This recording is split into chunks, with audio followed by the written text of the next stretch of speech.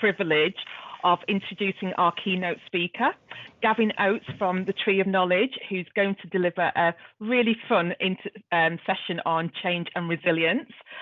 Just before people came on, Gavin and I were just talking around background, and I have to say, I think he wins in terms of the fantastic background, and he'll probably tell you later where he got it from, because I now know. But over to you, Gavin, welcome. Thank you so much. Yes, brilliant. Listen, first things first, can I just say a massive thank you for asking me to be a part of such an incredible event. And I also personally just want to take a moment to say a huge thank you to every single one of you for everything that you have done this year. You know, the effort, the care, the love that you have shown your communities, your patients is incredible. But in saying that, my talk today is not about that. Although you could argue it is a wee bit about the effort, the care and the love that you show each other. And of course yourself, especially during these moments when change is basically forced upon us as it has been. Because let's be honest, ladies and gentlemen, 2020, woo! It's been absolutely unreal for everybody. Highs, lows, everything in between. There's no getting away from it. It's been absolutely ridiculous. So with that in mind, what I would like to do is share my favourite quote of all time to get started, if that's okay with you. Now, this quote is by a chap called Macaulay Culkin. Now, you'll all know who Macaulay Culkin is. Well, I think most of you'll know who Macaulay Culkin is. If you don't, the obvious one to go with is the wee boy from Home Alone, but he's not a wee boy anymore. He tweeted about 3 weeks ago, "I'm 40 years old today. I hope you all feel old." And I just thought, oh my God, yes, I do. So Macaulay Culkin, I have a quote from him that I'd like to share with you. Now, this quote was not from one of his movies. It's by the man himself. It's weird calling him a man, isn't it? Because in our minds, he's still a boy, but he's from the man himself. Now, I just want to give you a wee heads up. There's a little rude word in this, not a great big giant swear word, but there is a wee rude word in there. So if you're easily offended, fingers in your ears, do that for 15 seconds, and basically you'll not know anything about it, and we'll all be happy. So the quote goes like this: "I am yet to discover a level of enthusiasm that tops, holy shit, look at the size of this giant potato chip." Now, I love this. This, for me, is the greatest quote of all time. Let's think about why that is.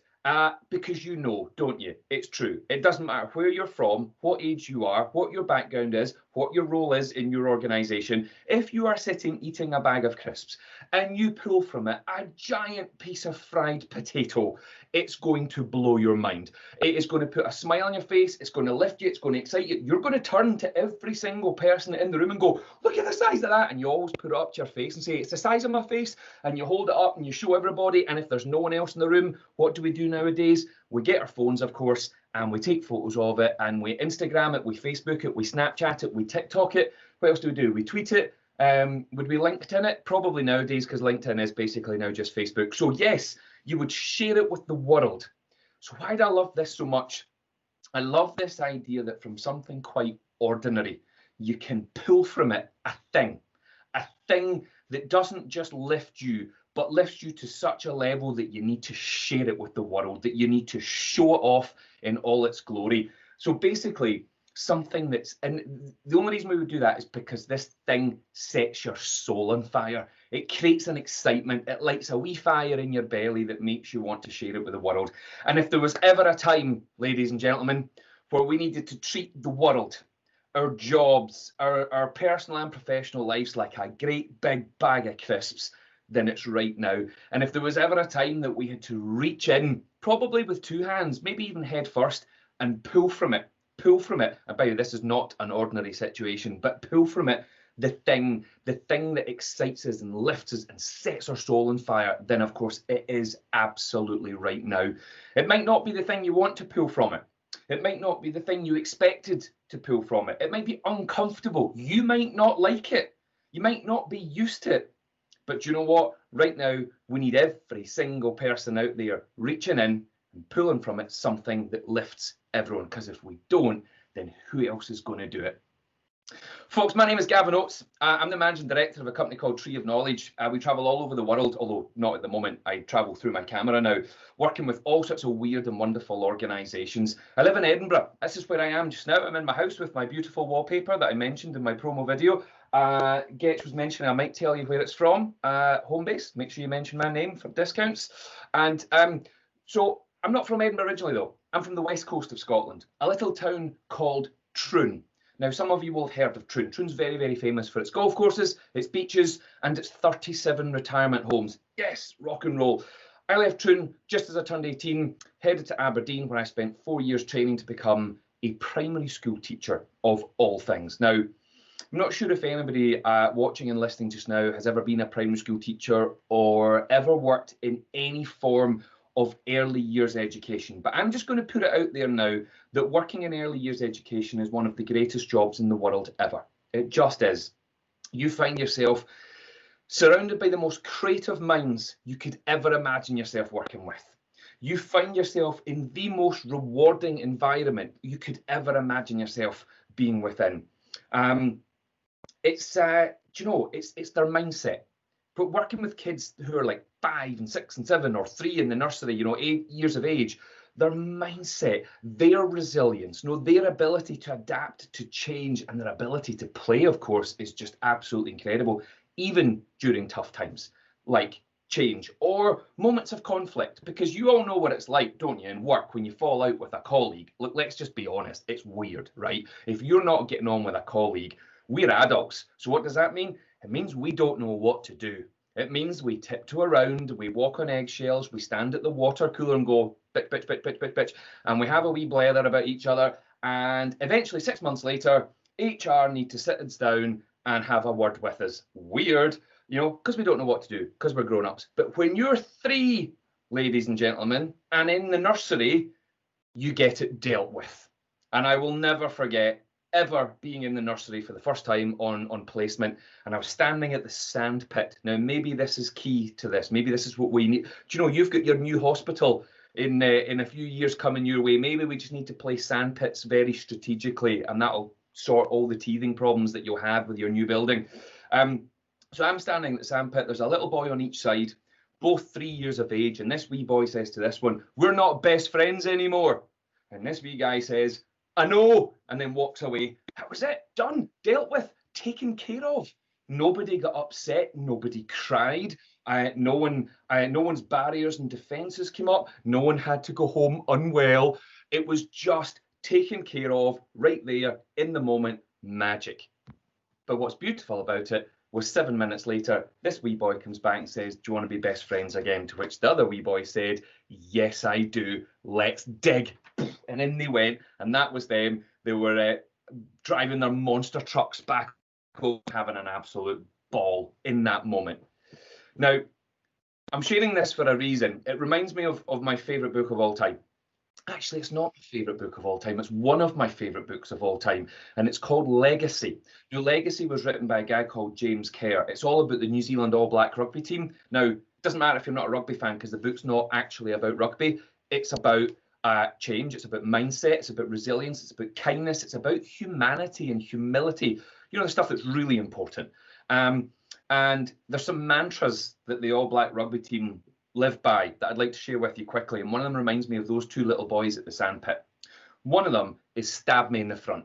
Now, that sounds a bit brutal, but that's not what they mean. In other words, if you don't like how I'm working, if we're not seeing eye to eye, if I could be better at something, you just care enough about to help me, then you tell me to my face. You just say it, but you say it in a way that's respectful and humble and kind, and I respond with respect and humility and kindness. My barriers and defences don't come up. I don't take it as a criticism, and we keep working together for the greater good. I love it. Stab me in the front. Now, let me share another couple with you just quickly. Follow the arrowhead. Love this. I think this is relevant to you, especially as you're gearing up to the new hospital and things like that. Follow the arrowhead. In other words, that spear tip has 3 points, all facing in different directions, but it's only at its most effective when it's all going in one direction at the same time. Let me share another one with you quickly. Plant trees you'll never see. I love it. I love it. It's beautiful. Plant trees you'll never see. In other words, this is not about you.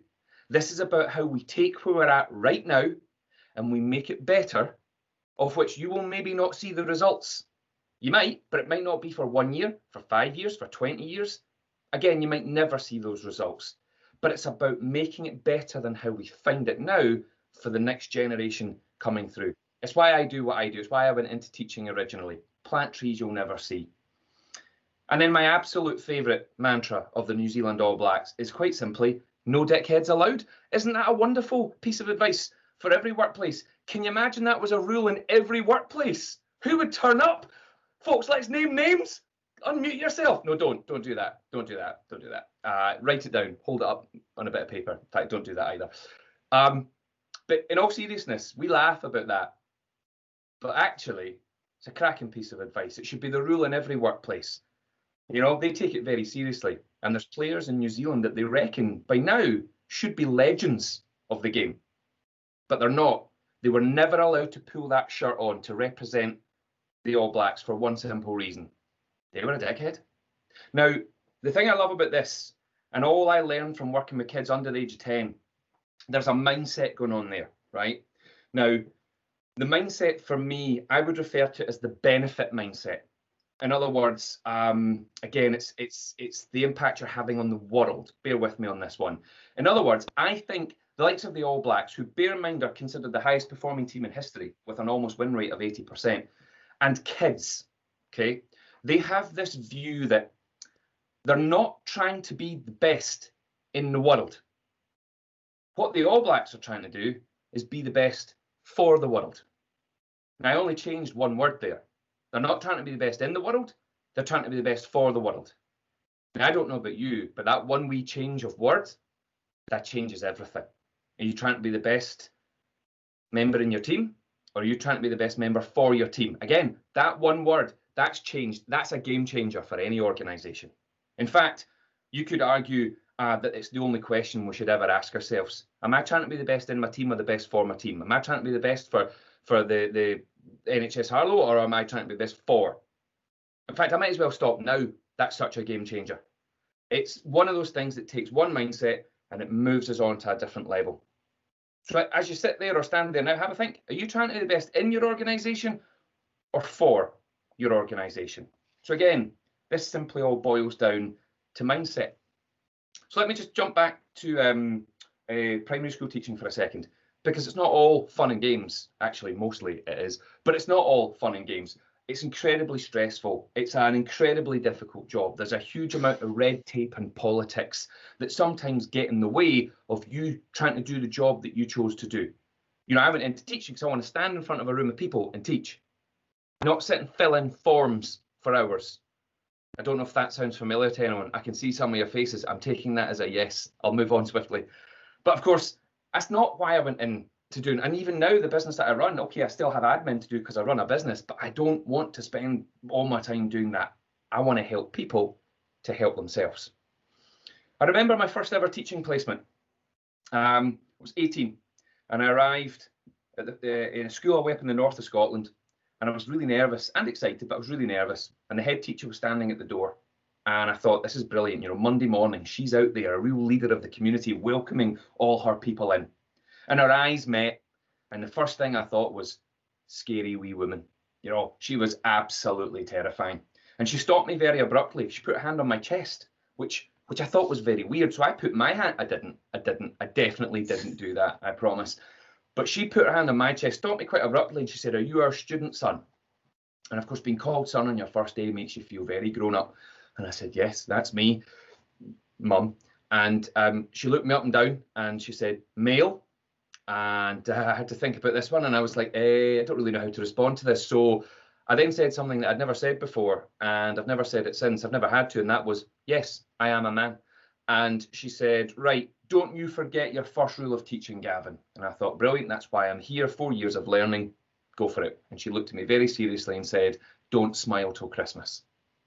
Now, this was September, and I had a moment where I thought, that'll be a joke, right?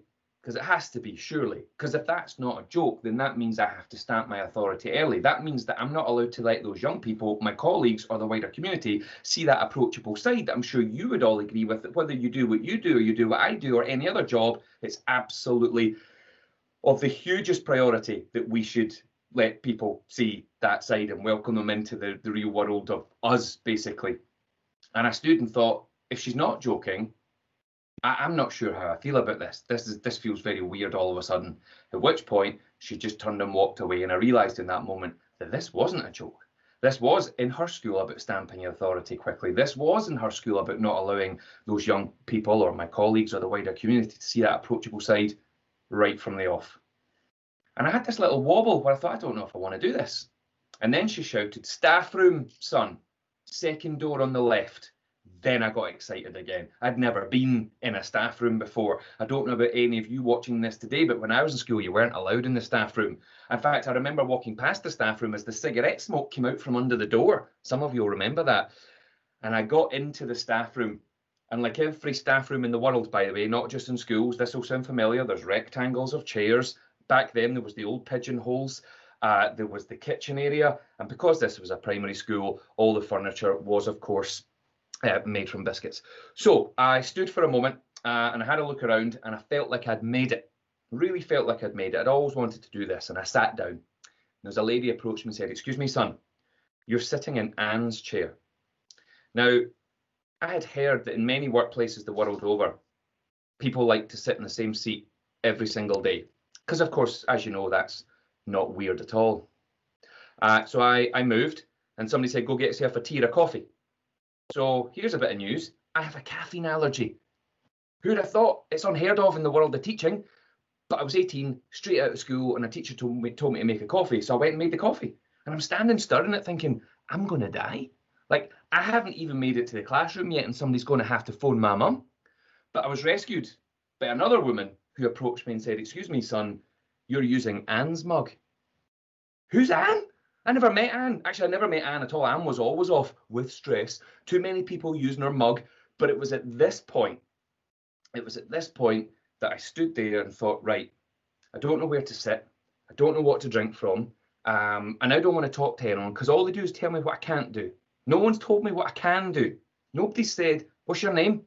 Nobody said, "Where are you from? Have you always wanted to be a teacher? Are there teachers in your family?" So on and so on. You know that normal, lovely human interaction that you would hope that in every organisation, especially when there's new people coming in, that would be there right from the off. Actually, it needs to be there before they join, or else they're going to see it and feel it, and then they're not going to want to be there.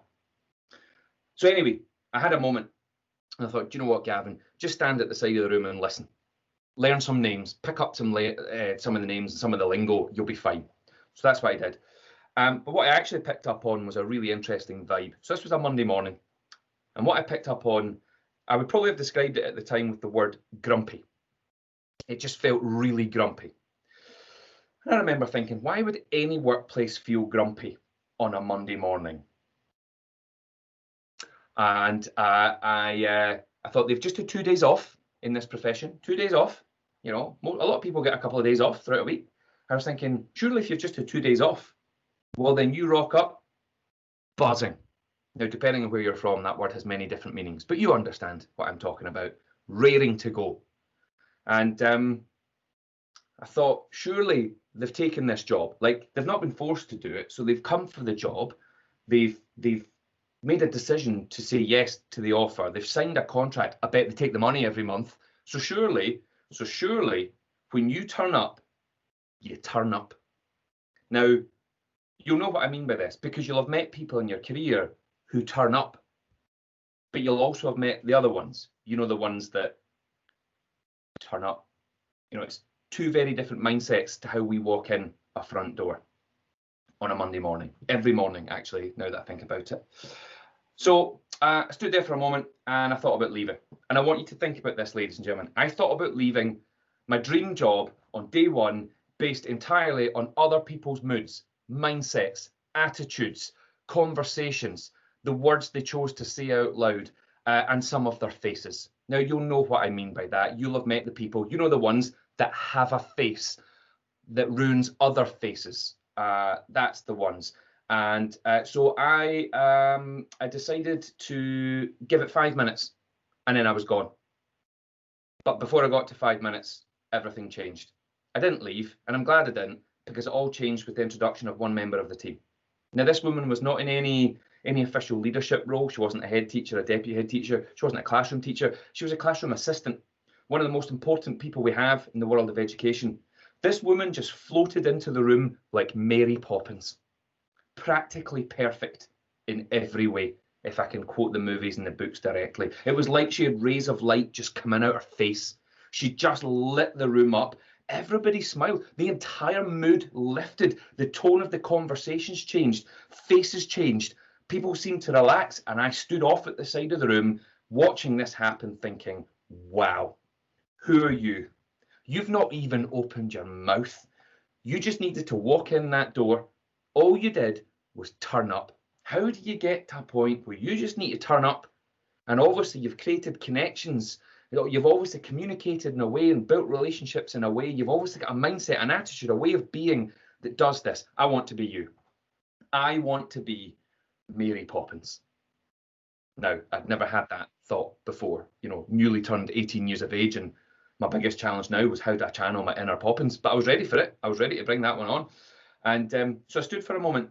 And in that moment, it threw me right back to when I was in school and got me thinking about all the different incredible people that I met throughout my life as a youngster that had had huge impact on me. And this is the first thing I want you all to do for me this afternoon. So as we're sitting here now, whether you're at home or in an office somewhere, I want you all to think about your time in school. Okay, I want you to remember as many teachers' names and as many teachers' faces as you possibly can. You don't need to write anything down. Just imagine all those faces and all those names pinging into your head right now. Now, I'm pretty certain there'll be some you can remember quickly, some that take a little bit of effort to remember, and there'll be the ones that you can't remember. Fine, totally normal, that's fine. However, I'm pretty certain that there'll be two types of teachers that you're remembering, and that will be your Mary Poppins and your Mr. Banks, if I can stick with my Mary Poppins theme. Now, if you've never seen Mary Poppins, any of the films, or read the books, then let's just go goodies and baddies. Although I do want to be very clear, ladies and gentlemen, Mr. Banks is not actually a baddie. He's a lovely man who's under a huge amount of pressure. It just so happens he works in a bank, he's surrounded by arseholes, and he's exhausted, okay? He's exhausted, and that's not a good place to be in life, and he's taking it out on his family. He's a good guy. And if you've never seen Saving Mr. Banks starring Tom Hanks and Emma Thompson, then get it watched, because it's the most underrated, most beautiful film of all time. In fact, let's just put it on now. Ketch, come on, get the movies on. We'll get the gin on the go. So, Mary Poppins, Mr. Banks. Let's go with your Mary Poppins types to begin with, okay? That's those women and those men who are a joy. Is it? They're an absolute joy. And do you know what was really great about them? Yes, they taught you great stuff. Yes, they were funny. Yes, they were engaging. Yes, they lifted you up and all that sort of stuff. But do you know what was really key about these people? They saw you. They absolutely saw you. Doesn't matter who you were, where you're from, etc. They saw you. They got you. They heard you. Absolutely extraordinary. The great thing about those individuals, right, is that they have lifelong lasting impact. It doesn't matter how many years ago you went to school. You think about them now, you feel something. And they made that happen. And I think that's really cool. But let's look at the Mr. Banks types, okay? That's those women and those men who are a disgrace and shouldn't be allowed in the classroom in the first place. They're bored, miserable, angry, negative, unhappy people. And do you know the biggest problem with these people is that they too have lifelong lasting impact. Doesn't matter what age you are and when you went to school, you think about them now, you feel something. They made that happen, and that's not okay. And then there's the ones in the middle that you can't remember right now. And there's a reason you can't remember these people, and I'd like to share that with you today, because they're not memorable. I have a nephew that finished up school in the summer there, and I asked him to describe those types of teachers to me, and he simply went like this: meh. And I was thinking, are you spelling that M-E-H? And he was like, aye, meh. I was like, it doesn't matter where you are in the world, meh. We all know what that means. And right in that moment, I was thrown back again to day one of university. I was only a couple of weeks into uni, but I was all of a sudden remembering something that one of the tutors had said, and it stuck with me forever. Bear in mind, this is over 20 years ago now. I know you wouldn't believe it. And day one of university, they stood up, and this is something for us all, no matter what we do in life. This lady stood up and said, now, before I welcome you to university properly, there's something I'm going to share with you. Now, I know now it was an old Maya Angelou quote. I didn't know this at the time, but I do now. And this lady said, most people will not remember what you say. Most people will not remember what you do, but they will remember exactly how you made them feel. And I got it. In that moment, I had a moment where I thought, yeah, that's why I'm here. This is why I do what I do. And then all of a sudden, I was back in the room, in the staff room, and this Mary Poppins lady turned and started coming towards me, and I got really nervous, and she said, are you Gavin? I was like, yeah, are you Mary? I didn't ask that. And she said, you with me, Gavin, you're in the nursery this morning, let's go and play. And I was like, okay, let's. And off we floated down the corridor together. Now, at this point, I was getting nervous again, because I'm thinking nurseries, that's a big room full of 3- and 4-year-olds just running and eating. That's what they do. Even during nap time, in their minds, they're running and they're eating. And I thought, right, what was I like at that age? Because I was very different from all the other 3- and 4-year-olds. I was 11. That's genuinely my favourite joke. And I was thinking, right, what sort of things would there be in nursery? I remembered sandpits, I remembered slides, water areas, reading corners, snack areas. And then we arrived, the first thing I saw was the sandpit. Love a sandpit. I've got one in my office. We should all have one. And then I saw the reading corner, and I saw my favourite book of all time. You might know it. It's called The Very Hungry Caterpillar. It's a beautiful book by Eric Carle, written 51 years ago. Unbelievable. Still one of the top selling books to this day. And then beside it, my second favourite book of all time. You might know it. It's still a classic. It's called Where the Wild Things Are by Maurice Sendak. And I remember reading that as a kid. It was all about adventures in the woods with monsters. But what I discovered that morning was actually it's all about tales of loneliness and broken dreams. Didn't catch that as a child, but wow, does it resonate as a grown-up. And of course, I stood there looking around the room thinking, I think I'm going to be all right. And I'll be honest with you, ladies and gentlemen, I had an absolute ball. I played and I played and I played. And then the kids arrived at 9. And we continued to play until 20 to 11 when we had to stop and go outside. Why? Because it was now playtime. We had to stop playing to go outside and keep on playing. That's how work should be, right? And kids are saying, come on outside and see the new climbing frame. And the staff are saying, come to the staff room and meet your colleagues. And I'm thinking, I've met my colleagues. And but I did the right thing. Well, what I thought was the right thing. I went to the staff room, didn't sit down because I was worried that Anne had returned. And then I found out Anne doesn't return, certainly not until her pay gets cut. Controversial. And then all of a sudden, sorry, Getch, I think you fell off your seat there. And then I'll keep going. And then I finally sat down. And again did what I do in that scenario, and that is I people watch. And what I discovered on my first ever day in my new job was that I was surrounded by a group of individuals who chose to spend the whole of their break time bitching and moaning about their jobs and each other and the boss and her team and the government and the systems and the processes, and the list kept going. And the only question I could think of as I sat there, quite simply this: why are you here? Why are you actually here? Why are you getting out your bed every day to come and do something that appears to make you think like this, feel like this, act like this, behave like this? And then the question turned on me, rightly so, because you should be asking yourself this every day. And I sat there thinking, why am I here? And I'd like to tell you why I chose education. Now, I've been out of the classroom for over 20 years, for about 20 years, but I'd like to tell you why I do what I do now, because it's the same reason that I went into the classroom, and that was to make a difference. That's it. It's the only reason to do any job in the world ever, to make a difference. In fact, I'm that irritating person that believes there is literally no other reason to do any job ever in the world other than to make a difference. In fact, there's research to back this up. Huge piece of research done from one of the big unis in London about 6 years ago, all around purpose. Now, purpose is a huge topic, has been for a few years. It's become a bit of a buzzword. The Japanese call it your ikigai. In other words, it's your reason for being. It's something you're great at, something the world needs, something you're passionate about, and guess what? You get paid to do it. Perfect. And it all marries beautifully in the middle. But what this piece of research proved was that for any individual, no matter what you do in life, no matter what your role is, if you don't believe that what you're doing every single day is making a difference in other people's lives, it's then not possible for you to experience true happiness in your job. Now, whether you agree with that or not is none of my business. But a wee insight to my business: we eat, sleep and breathe this way of thinking. And I sat there on that day thinking, am I going to stick this out for the rest of my life? And the honest answer was, I have absolutely no idea. At which point 4 years flew past And in 2001, I graduated with an honours degree in primary school teaching, went on to teach for 2 years, and then went on a workshop one day called Putting the Fun Back in the Staff Room, yay, which I thought would be absolutely dreadful, but actually it was the best thing I'd ever been on. And the guy stood at the end and said, see if you hate your job. And I thought, I don't hate my job, but I've always wondered if there's anything else out there I could be doing. And he said, or maybe you don't hate your job, you're just sitting there wondering, I wonder if there's anything else out there I could be doing. I was like, wow, mind reader. He said, if you hate your job though, I've got some groundbreaking advice for you. And I thought, brilliant, hit me with it. Not that I hated my job. And he went, leave. He said, go away, get a smile back on your face, let the rest of us get on with what we love to do, and go find something that makes you happy. And I distinctly remember sitting there thinking, oh, she should leave. And see him over there? And her, she ruins my day every day. Imagine being a kid in her class, started picking people off.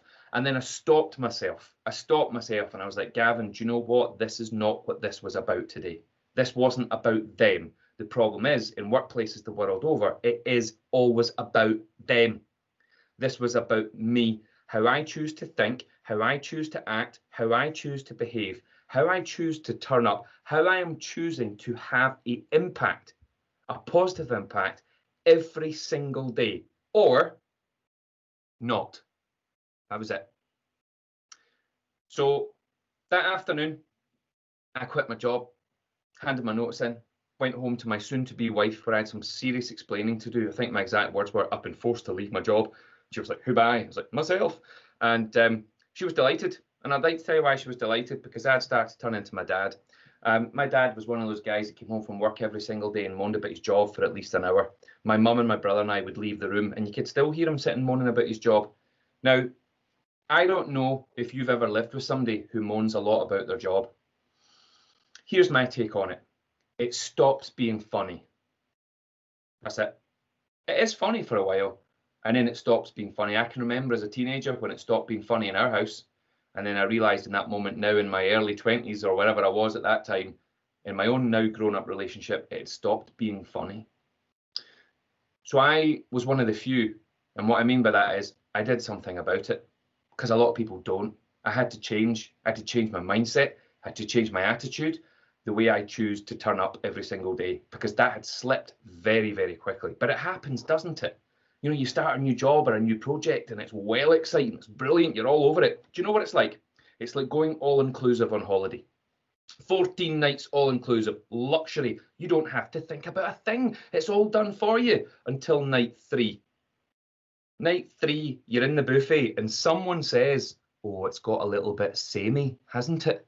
Well, hang on. This cost me thousands of pounds to do this. What do you mean? What's this? Kind of the same stuff, isn't it? They just rotate it. Aye, but it's 5-star. Yeah, but it's the same. Do you know that happens in our relationships as well? That happens in your job. Doesn't happen in 2020 though, does it? Nothing's been the same in 2020.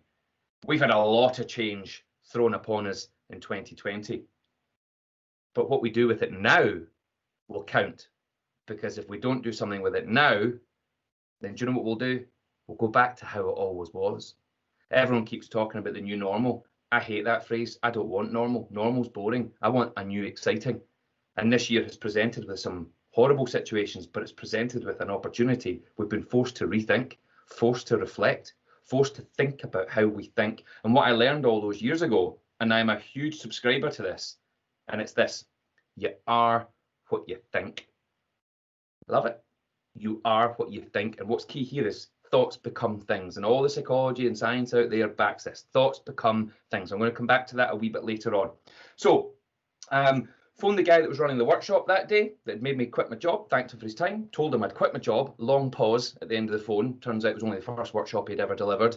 And he didn't mean to literally leave his job. He was just showing that in life there's always choice. Great. Asked him for a job. He said yes. Created a whole bunch of workshops for teenagers around mindset, motivation, resilience, fun, creativity, humour, and health and well-being. Everything that's so often overlooked in education. And said we need to take this into grown-up organisations as well, because it always gets overlooked because we're driven by facts and figures and stats and data and bottom line. Sometimes we forget that mindset, motivation, fun, creativity, resilience, health, and well-being are actually the stuff that improves the bottom line and all those figures. Again, The science is out there. All the research is done for us. We just need to believe it and actually act upon it. And that's what we did. And then 11.5 years ago, I led a management buyout in that business for all the right reasons. The previous owner was ready to move on, and I was ready for the previous owner to move on. And we started again. Some people chose to leave in that moment. When I say they chose to leave, it was my choice. And then we brought some other people in, and we started again. And we sat around the table, and we asked each other the question that I want you to ask of yourself today. And that is, why are you here? Why does this exist? And for us at Tree of Knowledge, it's very simple. It's to inspire the world. Why would it not be? Why would you not get out of your bed every day to go and do your thing in your world that makes the biggest difference that it possibly can? Now, with that in mind, I have a question for you. Just a very quick question, okay? I don't need anyone to unmute themselves or anything, but I want you to be thinking about this. And the question is, how do you fit a giraffe in a fridge? Okay, now, I know some of you may have heard this before. You might have read it in books. I don't know. It's an actual piece of research that I'm sort of linking this to here. So again, you might have heard it. How do you fit a giraffe in a fridge? Now, the first time I asked that was at an accountancy conference. An accountancy conference, ladies and gentlemen. 300 accountants in a room. As you can imagine, it was rocking. And I stood there and I tried to get a bit of chat going with the audience. Oh, how do you fit a giraffe in a fridge? And this lady went, you just take the shelves out. And of course, the whole room went, yeah, you just take the shelves out. And that was it. We had to move on. There was no chat. There was no room for humour or anything. And but of course, when you ask an adult audience this question versus a child audience, it's very different.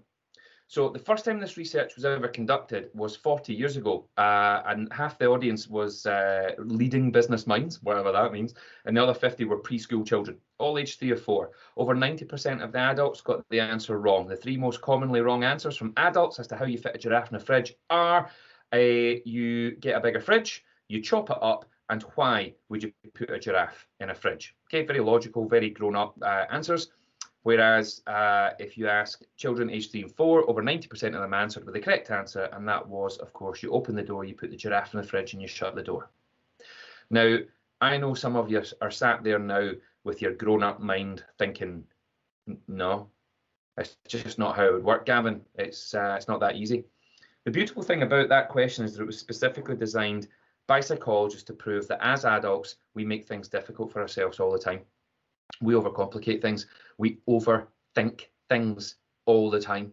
Now, if I asked you to put your hand up now, I can only see like 4 of you, but I know there's lots of people on here. If I said put your hand up now if you're an overthinker, in fact, you've all got that wee hand on your screen, don't you? You've got that function. Do it for me now. Everybody watching this right now, if you're an overthinker, click that wee hand at the top of the screen. Oh, they're pouring in now. Look at it, folks. Look at it come flooding in. Do you know what's really funny about this? I know that half the people on this call right now are having to think about this. They're sitting there going, do I press the button? I don't know. I don't know if I press, should I press the button? Hey, well, I press the button. And then they don't press the button. Do you know, people will wake up at 3 o'clock tomorrow morning thinking, I should have pushed the button. Look at the number. How many have we got here? 41. Oh, somebody just cancelled theirs. Oh, 43. So basically, there's about 70 of you on this call, and we're already up to about 50, right? And by the way, I'm putting my hand up as well. I wonder how many of you overthink things so much that you then overthink the fact you're overthinking. That's like ninja level. Like that's like 5th Dan black belt ninja level overthinking. But then it's hard nowadays to not overthink things, isn't it? Because our brains are so busy right now. There's so much going on in here. Then you chuck technology into the equation. Now I realise we're dependent on technology now. But if you think about your phones, you know, I wonder how many of you wake up in the morning and the first thing you do is just reach for your phone and scroll. I wonder how many of you go at night and lie in bed, even beside your partner, and scroll. Can you imagine how many miles you've now scrolled with your thumbs? Can you imagine in a million years how big your thumbs are going to be?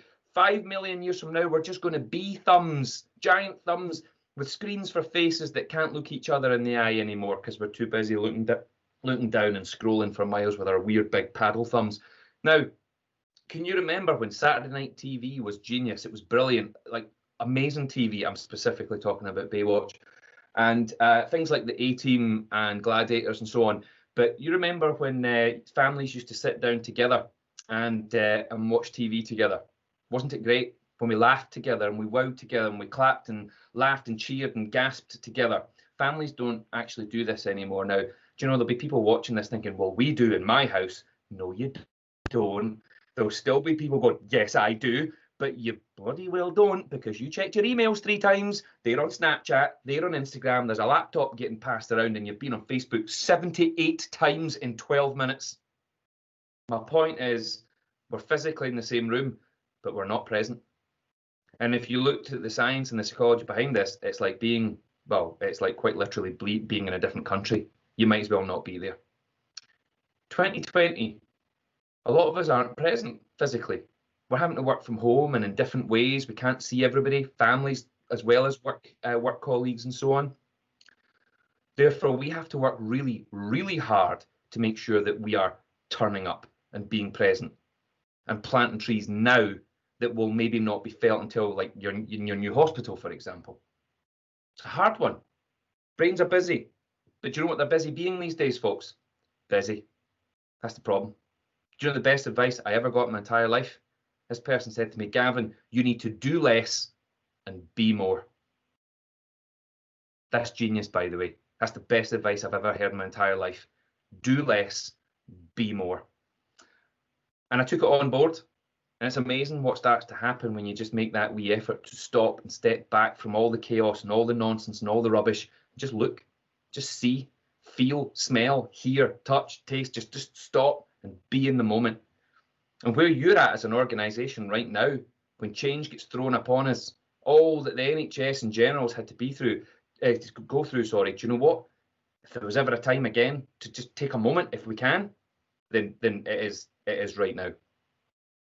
So I want you to think about all the challenges your organisation's faced with right now, okay? I want you to do this for me. Think about all the challenges, whether it is change, whether it is system-led, it could be budgets, it could be personnel issues, anything at all, like the real top-end stuff.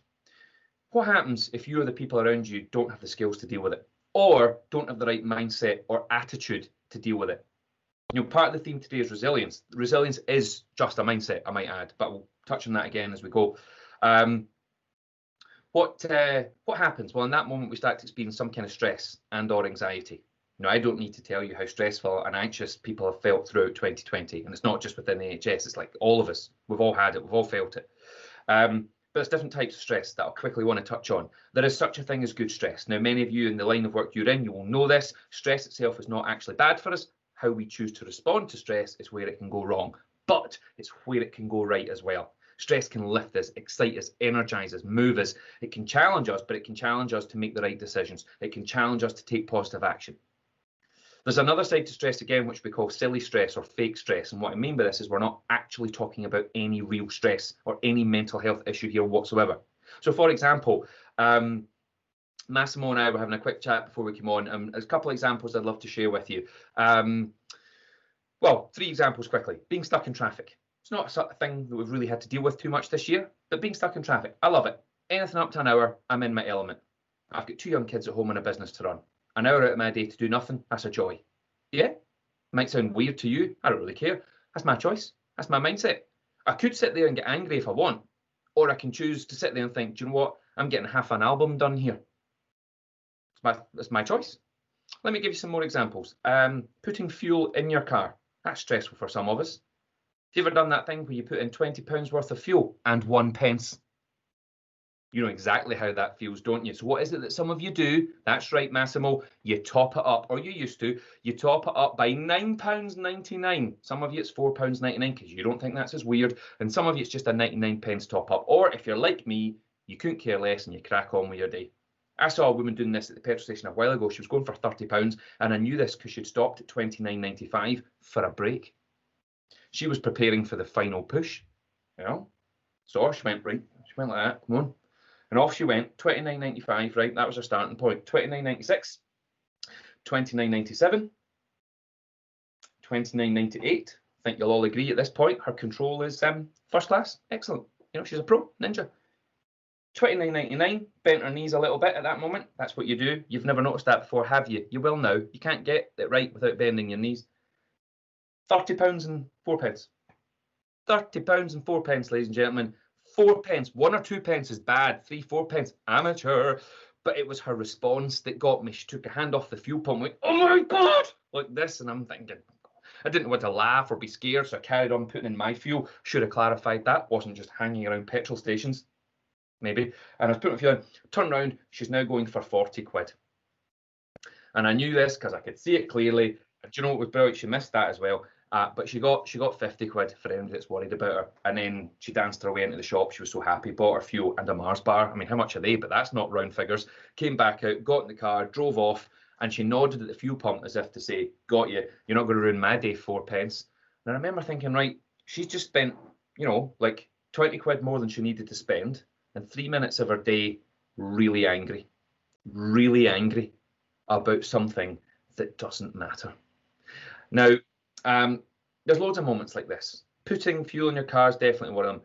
The big one, though, toilet roll. Toilet roll. I want you all to think about your toilet roll holder. If you don't have a toilet roll holder, imagine you had a toilet roll holder and stop putting your bog roll on the radiator. But it keeps it warm, Gavin. Ugh. Right, okay. I want you to imagine there's a toilet roll holder here and there's a cardboard tube right there. Now, already some of you are furious because someone else should have, actually, let me clarify, he should have changed that. I'll take it, lads, don't worry. Imagine yourself changing the toilet roll, right? You've changed it. Think for me, does your toilet roll hang over and away from the wall or in towards the wall?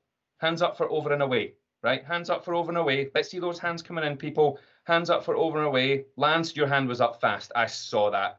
Oh, look at the hands pouring in, folks. Do you know what I love about this? I love the fact that some of the hands went up there. Actually, even though I can't see most of you, I bet there's people sitting at home going, there's no other way. There's no other way, Gavin. But this is what I love about this. There's another way. You don't like it. You're not used to it. It seems weird to you, but it doesn't make it wrong. You can put it on its side, up the way, across the way. You can get different colours, different textures. You can get patterns printing out. It doesn't even have to hang on a wall. Great. There's loads and loads of things like this. Now, you should put that one to the test. From this day forward, everywhere you go in life, once you're allowed back in other people's houses, just turn toilet roll everywhere you go. And somebody's going to come up to you and say to you, is it you? And that's a great question because you can say, is it me? What? And they say to you that keeps turning my flaming toilet roll around. And you'll think back to this moment and you'll realise I'm absolutely right. I'm absolutely right. There are far too many things in life that should never, ever be stressful, irritating, frustrating, or annoying. But we're allowing them to be. We're not just allowing them to be, we are choosing for things to bug us, irritate us, frustrate us. And if that's 3 things, getting stuck in traffic for a few minutes, which way your toilet roll faces and spilling your fuel by a couple of pence, that can annoy us, that don't really affect your job, then how many things are there in your job right now that bug you, frustrate you, irritate you, annoy you? Well, let me answer for some of you. Hundreds. There'll be hundreds of things. How do I know this? Because it's a workplace full of people. There are humans there. That's the issue. The biggest problem we have in our workplaces is the people that work in our workplaces. And yet the biggest asset that we have is the people that work in our workplaces. And what those truly high-performing teams that are able to embrace change with the right attitude and the right mindset, what they have is those extraordinary individuals who are able to cut through all the crap, all the rubbish, all the nonsense, rally people, lift people. Geese do it. You see them flying in the sky in that V formation. They're creating uplift. And what high-performing teams have is people who create uplift. They get everybody back to why. Why are we here? Why are we doing what we're doing? And that's where our vision and our values and all these things start to come into play. And when we do that, it's extraordinary what starts to happen. I do need to point out, though, that there is a very serious side to stress as well. And I've experienced it twice in my life, in my career, once in 2018 and once way, way, way back at the start of it. And I will never, ever, I said after the first time that I would never let my work get to me again, ever. But I did. I took on too much in 2018 and it broke my brain for a while. But a lot of you have been there. But what I had was people in my organisation who, whilst I hid from them for a while and kept it all to myself, because that's what we do in life, I found myself being surrounded by people who spoke to me, who listened, who helped, who I could talk to. Do you know the ones that are prepared to just listen at 3 o'clock in the morning when you need someone to listen at 3 o'clock in the morning? They're the ones you want to find. This is where we have to be here for each other, especially this year in 2020. But we get it right this year. Then imagine what that sets the tone, how the tone gets set as you head towards the new hospital for all the new people arriving. Tremendous. Anyway, there is a serious side to stress, and we have to make sure that we're looking out for each other always, not just in 2020. So when we're faced with a huge amount of challenge and we don't feel we've got the skills or the mindset, then we're going to experience some form of stress and or anxiety. Good stress, silly stress, or the real thing. What if we're not being challenged and yet we still don't have the right mindset? Well, then we switch off. We stop caring. We become apathetic. You know, people who are apathetic, they're the ones who turn up late or don't turn up at all. They get a runny nose, they take a week off because they spotted their opportunity to care less this week than they did last week. Mood hoovers. That's a good name for them. Mood hoovers.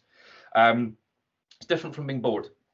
Boredom sets in when you know you've got the skills, you know you've got the mindset, you know you've got the abilities. The problem is you're not being challenged at the right level. That starts with you. Yes, I understand there are people on this call right now whose job is to essentially challenge you in the right ways, but my firm belief, that's your job. You need to make sure you are challenging you and that you are being challenged at the right level. Why? Because if you don't, then you're getting bored. And the longer you spend bored, the bit more likely is you'll switch off and become apathetic. And that's when the mindset changes. That's when our resilience levels drop. And then things kick in, change happens, and we get stressed and anxious, and we don't want to be there anymore. This starts when you're a kid.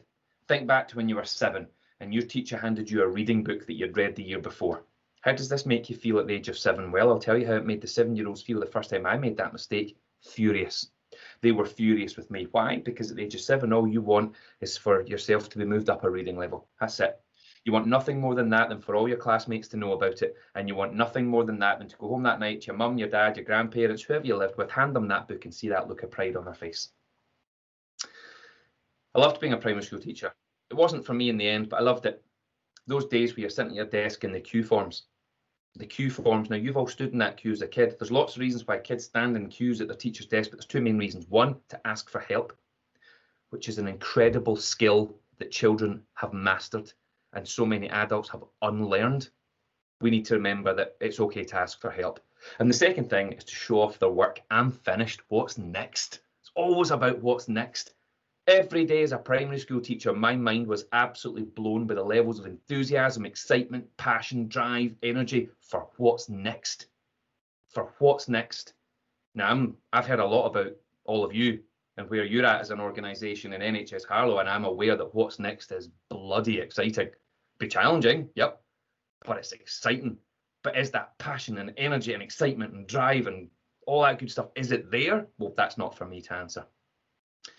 And of course, every single day as a primary school teacher, this just, it just blows your mind. But let's be honest, ladies and gentlemen, there's a problem with being at primary school.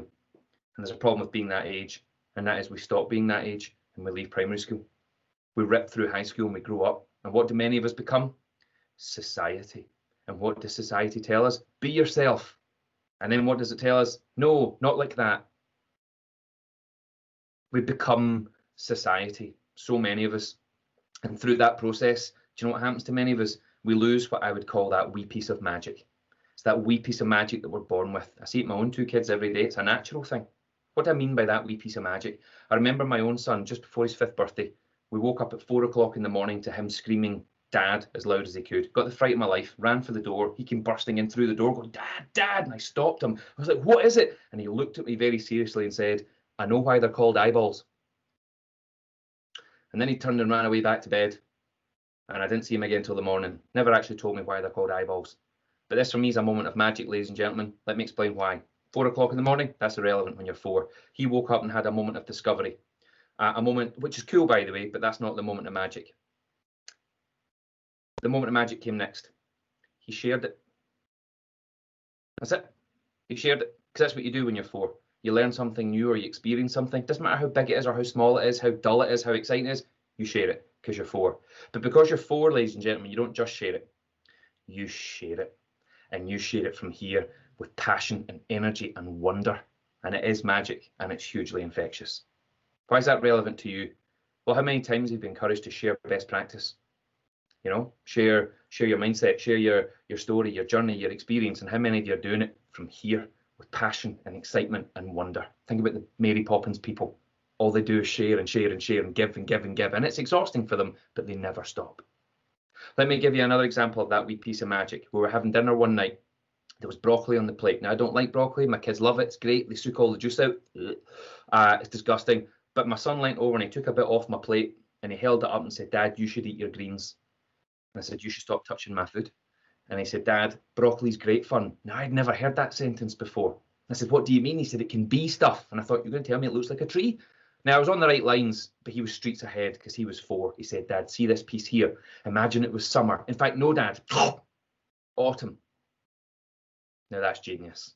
That's absolute genius. And I remember standing there thinking, isn't it incredible that at that age you can take anything you want, absolutely anything, and transform it into absolutely anything you want, anything at all. Why? Because kids always want things to be more fun. They believe things are possible and they know it's worth the effort, which is why they'll build a den in the garden, even though they've been told, but it's going to rain in an hour. And there, ladies and gentlemen, is the problem we have in the world right now. Actually, there's a lot of problems in the world right now. But my biggest problem with the world right now is that far too many people have made a shift in here and in here from being the person that wants to go outside and build a den and become the person that says, but it's going to rain in an hour. There's where we're at. You know, do we as adults want things to be fun and exciting? Do we want things to always be more colourful? Do we always believe that things are worth the effort in the long run? I don't know if we do, because when change happens, we think, here we go again. We're on another journey of change, people, a journey of growth. Woo! When are you not on a journey of change? When are you not going on a journey of growth? I see that person that's just messaged me saying it's always going to rain in an hour in Scotland. I'm reading the messages. I can talk and read at the same time. That's rude. That's just cheeky. Thanks for that. Stay. You don't need to come here on your holidays then. And although we don't really have a choice at the moment what we do. But by the way, I'm also very aware I've only got 2 minutes left. I will finish on time, kind of. So very quickly, when I'm talking about this wee piece of magic, what am I talking about? Mindset. Let me give you the best quote I've ever heard in my life about change, right? For a seed to achieve its greatest expression, firstly, a crack must appear down the front. Its insides will then spill out everywhere, and to those who don't understand growth, it will look like complete destruction. Welcome to 2020. Welcome to change. Welcome to the new hospital. Welcome to every piece of work that we've ever done. But you look after that seed, give it everything, all that it deserves. In time, we'll be left with something new, fresh, beautiful, and full of life. What if we did that with each other a wee bit more? What if we did it with our own mindset a wee bit more? And the beautiful thing about mindset, it's free. Now, I said to you earlier on, you are what you think. So can I ask you all now to get for me your piece of string or your piece of thread or whatever it is that you've got with something hanging on the end. If I hold that up there, you see I've got a polo mint on the end of my thread. You might have a paper clip, you might have a ring, you might have a key. As long as the thing on the end, remember, is heavier than the string of the thread, then this will work. Okay, as long as it kind of swings backwards and forwards like this. Okay.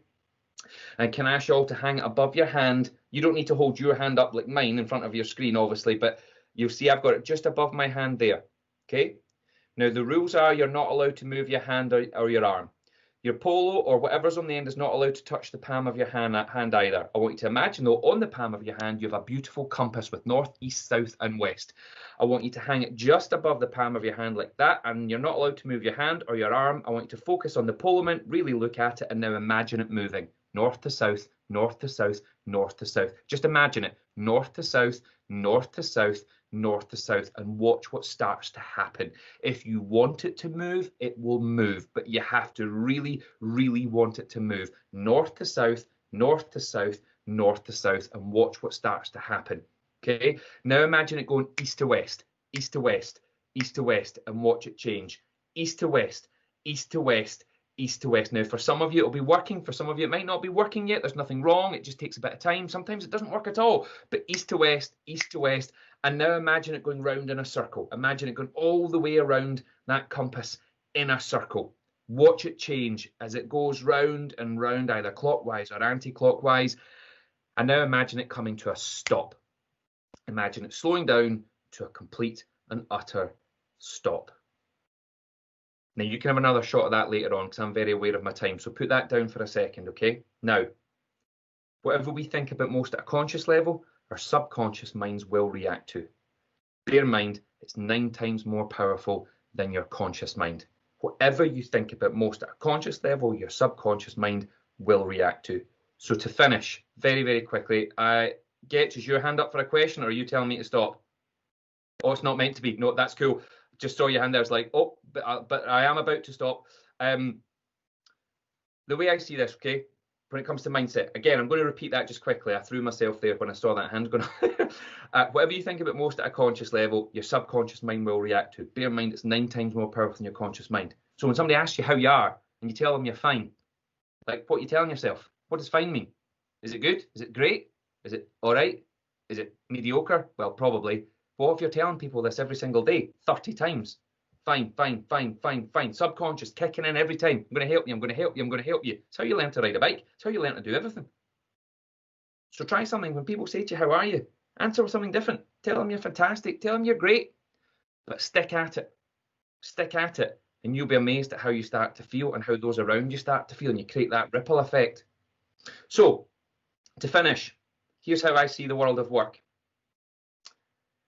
It's like a big bowl of Rice Krispies. You get a bowl, fill it with Rice Krispies, right? Nothing else. How would you describe it? Plain, boring, dry, still, quiet, beige. Not exciting until you add what? The milk, right? But if you don't get stuck in, devour it, top it up, refresh it entirely, or whack some sugar on, what happens? It turns to mush. Nobody wants it. It becomes soggy. So if the world of work and life is the Rice Krispies, then that makes you the milk. And if we don't get stuck in, devour it, top it up, refresh it when you have to, chuck some sugar on. Bear in mind, you're not Willy Wonka, but sometimes you have to sugarcoat shit. It happens from time to time. It's okay. It's okay. But if we don't get stuck in and devour it, what happens? It turns to mush, becomes a bit soggy. No one wants it. You could argue it becomes a wee bit meh. So with a sentence that I've never really said out loud that often in my life, I realise I'm over my time. The last thing I'd like to say to you today, other than thank you for your time, is quite simply, be the milk. Thanks very much. Cheers.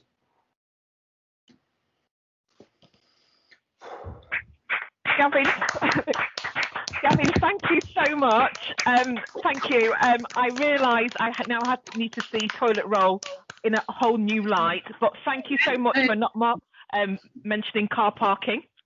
It would have been a disaster.